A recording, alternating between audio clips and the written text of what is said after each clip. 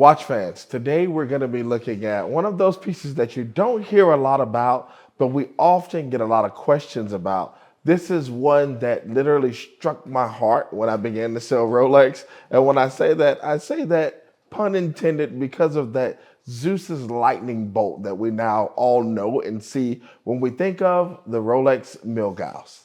Now, the Rolex Milgauss has had several generations. In fact, at this time, we actually have one that's going to be a vintage model. This one would actually be from the 1970s, which gives us that true Milgauss look that we were actually expecting from Rolex during that time, for them to be a little bit ahead of their time when it came to design, it came to exploration. This was one of those pieces that really stood out, and it had a true purpose. So the Milgauss was actually one of those watches that had a purpose of actually protecting the movement, or what it could have stood for. Remember that Gauss is a measurement of magnetic induction. So when we look at a Gauss and we're looking at a Milgauss, we're looking at the fact that this is a Faraday caged movement so that it protects the movement itself. And we know that it gives us a little bit more accuracy. We don't have to worry about our movement going wonkers or watch going wonkers if you're someone who maybe works around x-ray machines or you work around larger magnetic fields. This was going to be the piece that you wanted if you would still like to wear a fine timepiece, or you wanted to wear a watch because simply maybe you didn't need to know timing during your exploration at work or even on your off-work adventures. This piece is one that I really, really love. I love the vintage model itself. It gives me just enough when I'm looking at the different details of it. On the second hand, you actually have the marker that lets you know that this is a Milgauss, as well as that hint of red. I love that Ferrari red, or fire engine red, as we used to call it at Rolex as well. And it really pops on that dial. When you look at the black and you're looking at the luminescence, it gives you that nice vintage feel. Now, with the Milgauss, it has made several different turns when we actually go to the beginning of the 2000s. So when you look at those different designs that were released, Rolex actually had a few different generations of them. And as the generations changed, to me, I really do think that they became a little bit more bold, a little bit more beautiful, a nice strong piece, and it gave us something that was definitely different than the rest of the Rolex line. So when they reintroduced, you actually had the black dial and the white dial, and they were with a clear crystal. With that clear crystal, it gave you something that was unique because the design itself actually stood out, for example, and you actually had that orange that was added to it, with Zeus's lightning bolt being the main feature or detail that you would see on the watch. And again, that actually came out in black, as well as what we have featured here, where you'll actually see the white.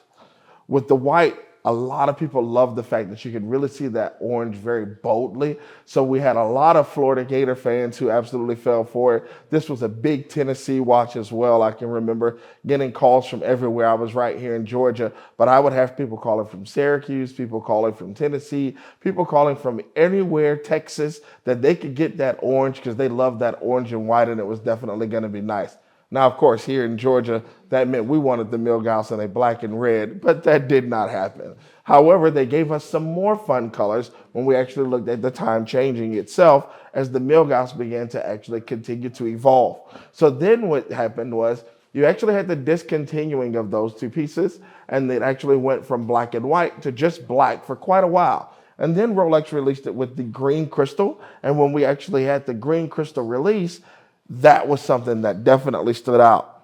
With the black and green, you actually get details that actually show off a little bit more of the coloring itself, and it actually allows you to really see what makes the Milgauss different. This would put it actually in an era of its own. When you're looking at the two and you say generationally, look how far the Milgauss has come from beginning to end.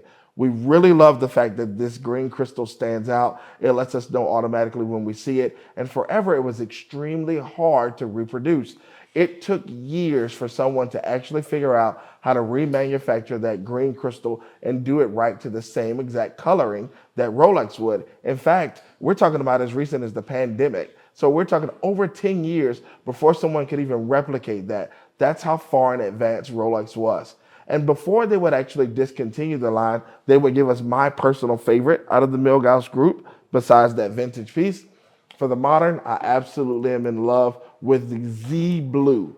Z Blue is the actual name of this particular dial. Zeus Blue with the Zeus lightning bolt in orange as well. So it does kind of make sense or have its own ties. A lot of people would say, you know, where did the Z blue come from? But when you're talking about designing for the design team, that Z blue, it struck your attention, it struck your eyesight as well. Because remember, blue is actually going to be the most appealing color to the eye. So when you get that Z blue with the green crystal, those orange accents, it gives you a piece that is definitely different and defined, and something that when you see it, you know it's Rolex and you know it's a piece that is fun, but still going to be conventional, and it's going to give you that piece of Rolex that you may have been missing in your collection. We want to know which one of these Milgausses or which generation would be your personal favorite. So tell us here in the comments below at Swiss Watch Expo.